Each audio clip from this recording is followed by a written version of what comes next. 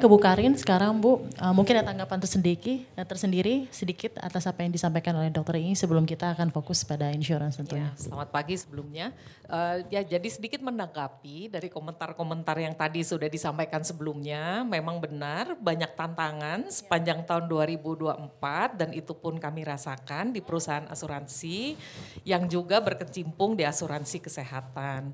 Namun satu hal yang mungkin saya juga ingin paparkan bahwa walaupun ada banyak tantangan tersebut dari sisi klaim seperti yang tadi disampaikan Pak Ogi, dari kenaikan harga-harga di rumah sakit yang bisa dipahami kenapa harga-harga tersebut naik, kami juga lihat peran kami di industri asuransi seperti di Prudential itu adalah mengamati, lihat dan harus cepat berubah memang. Jadi adaptasi di tengah kondisi yang seperti ini penuh tantangan itu mendorong kami juga untuk segera membuat beberapa perubahan. Yang pertama juga banyak dukungan dari RC untuk kami membentuk satu jaringan Pro Priority Hospital. Jadi kami bekerja sama sekarang sudah lebih dari 400 rumah sakit agar kami bisa memudahkan nasabah yang juga pasien untuk akses menggunakan kartu Prudential di rumah sakit rekanan. Bagi kami yang terpenting kan nasabah ya, bagaimana akses itu bisa memudahkan. Jadi dengan bekerja sama dengan semakin banyak rumah sakit itu sudah memudahkan akses untuk nasabah kami. Yang kedua juga dari sisi akses produk. Tadi Pak Ogi sempat sampaikan, industri asuransi juga harus berbenah. Bagaimana agar premi yang kami siapkan untuk nasabah-nasabah dan calon nasabah yang belum memiliki asuransi kesehatan juga bisa semakin terjangkau. Padahal untuk kami ada tantangan yaitu kenaikan inflasi medis yang tinggi. Tadi Pak Ogi sampaikan tahun lalu sekitar 10%. Tahun ini malah proyeksi sampai 19%. Nah sebagai perusahaan asuransi apa yang harus kami lakukan begitu ya.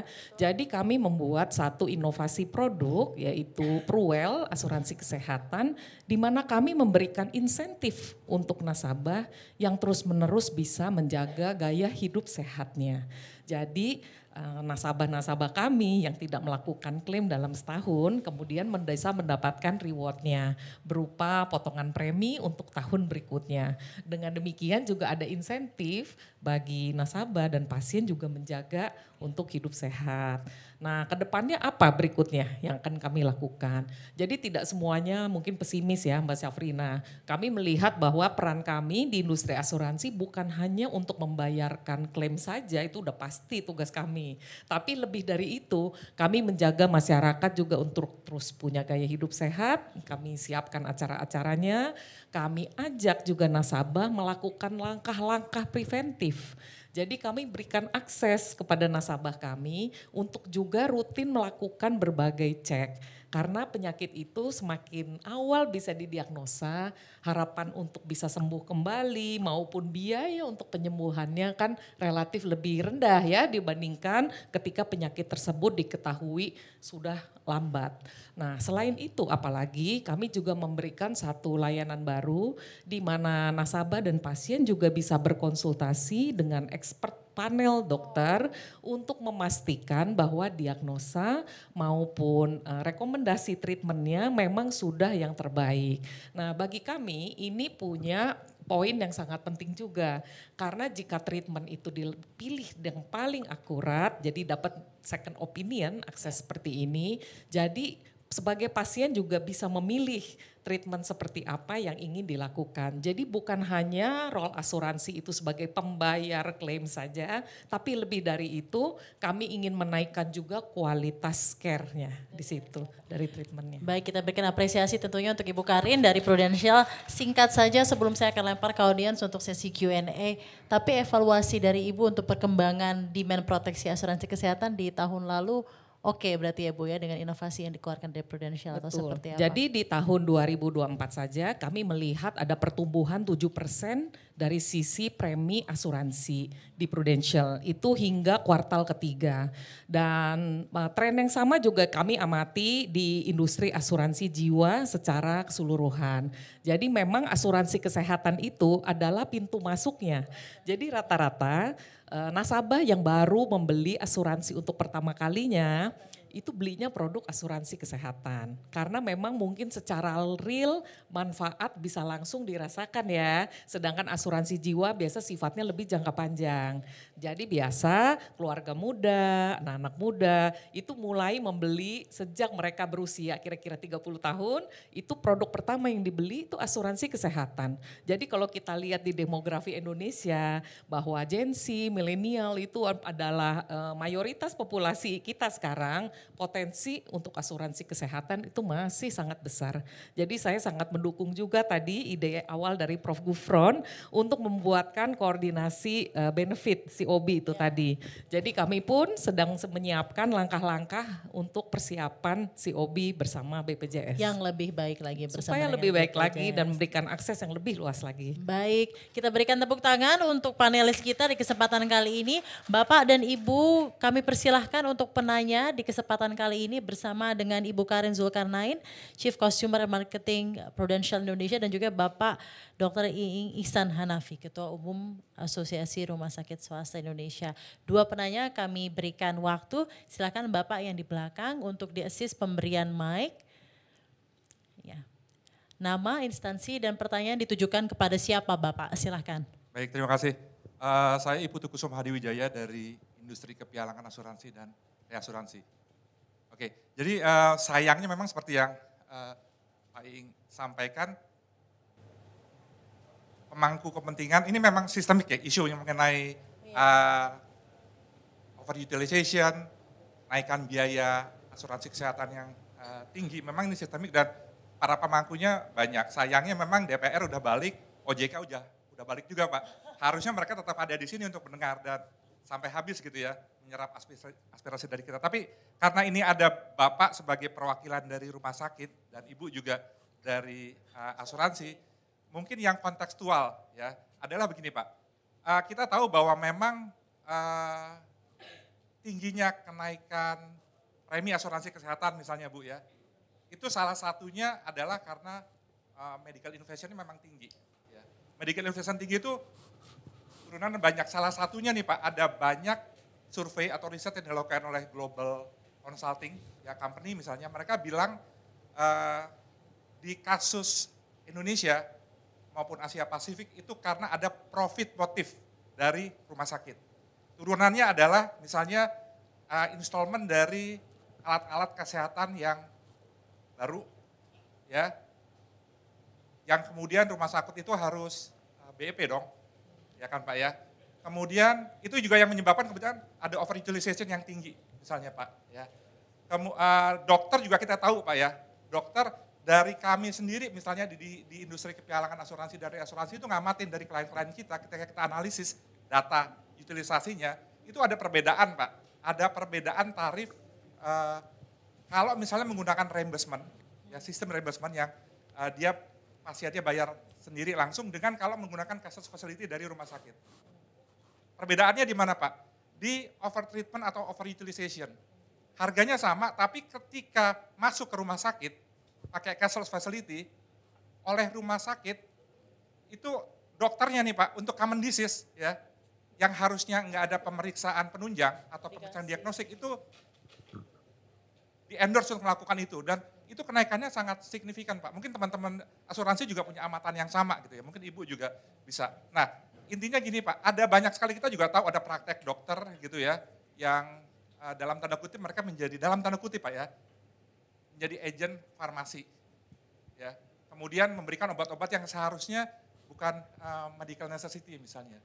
Ya, ada banyak kasus, tapi yang ingin saya tanyakan di sini dan tanggapan Bapak, bagaimana kemudian ya tingginya biaya medis itu atau medical inflation bisa turun dengan memang ini kerja sistemik harus seluruhnya, tapi dari rumah sakit dulu Pak. Bagaimana terhadap komentar-komentar bahwa ini biang keroknya salah satunya adalah dari rumah sakit, gitu Pak ya. Apakah kemudian ke depan bisa dilakukan misalnya perbaikan dengan pengaturan standar tarif antar satu rumah sakit dengan rumah sakit yang lain? Di sini kan berbeda Pak. Diagnosa yang sama dilayani di rumah sakit yang berbeda, tarifnya bisa berbeda. Baik. Mungkin itu Terima dulu. kasih, terima Ya, kasih thank you. Bapak. Kita tampung dulu pertanyaannya. Berarti itu tujukan kepada Dokter Iing. Pertanyaan berikutnya kedua. Dan ini juga menjadi pertanyaan terakhir di kesempatan kali ini. Kita akan tampung terlebih dahulu. Silahkan Mas, nama, instansi, dan pertanyaan ditujukan kepada siapa? Assalamualaikum warahmatullahi wabarakatuh. Waalaikumsalam. Saya dengan Dr. Yusuf dari PLN Insurance. Mungkin pertanyaannya ke Dr. Iing, ya dok, sebagai Asosiasi Rumah Sakit Swasta Indonesia. Tadi sudah disebutkan sama Pak Ogi, dan memang sudah beberapa kali kami juga di industri dipanggil oleh OJK terkait surat yang akan dikeluarkan di triwulan pertama, yang itu adalah bridging system. Nah ini bagaimana kesiapan dan tangan terbukanya dari asosiasi untuk memfasilitasi ini gitu. Karena ini menjadi satu kewajiban yang harus kami jalankan dok gitu loh. Dan ini kan tantangannya juga cukup besar gitu. Sistem yang harus digabungkan, kemudian keterbukaan juga dari rumah sakit mendapat memfasilitasi hal ini. Karena ini menjadi tantangan juga terbesar kami di industri untuk memfasilitasi ini selain MAB dan yang lainnya. Mungkin itu Mbak yang Bu Karin atas tanggapan singkatnya mengenai hal ini. Ibu. Iya, mungkin kalau sedikit sharing dari Prudential apa yang kami lakukan menanggapi kenaikan harga-harga dan inflasi medis ini. Yang pertama tuh dengan kami membentuk jaringan Pro Priority Hospital, salah satunya adalah kita kan adanya clinical pathway itu dilakukan. Memang tidak mudah betul ya dok. Nah tapi itu cara bertahap itulah salah satu caranya memastikan untuk atau mengurangi setidaknya overutilisasi. Yang kedua di internal kami juga melakukan analisa-analisa di mana sih terjadi seperti misalnya terjadi fraud, terjadi waste atau terjadi abuse. Jadi dari data-data yang kami kumpulkan itu kami bisa melihat diagnosa apa sih yang paling banyak terjadi frekuensinya. Berapa rata-rata biaya-biaya yang terjadi untuk masing-masing diagnosa. Sebagai contoh mungkin ya sebagai ilustrasi supaya lebih jelas. Operasi usus buntu itu mungkin salah satu yang cukup umum. 2 tahun yang lalu biayanya range-nya itu kira-kira mulai dari 20 juta hingga 60 juta. Di tahun lalu untuk kelas yang sama, rumah sakit yang sama, harganya telah meningkat dari 40 juta menjadi 90.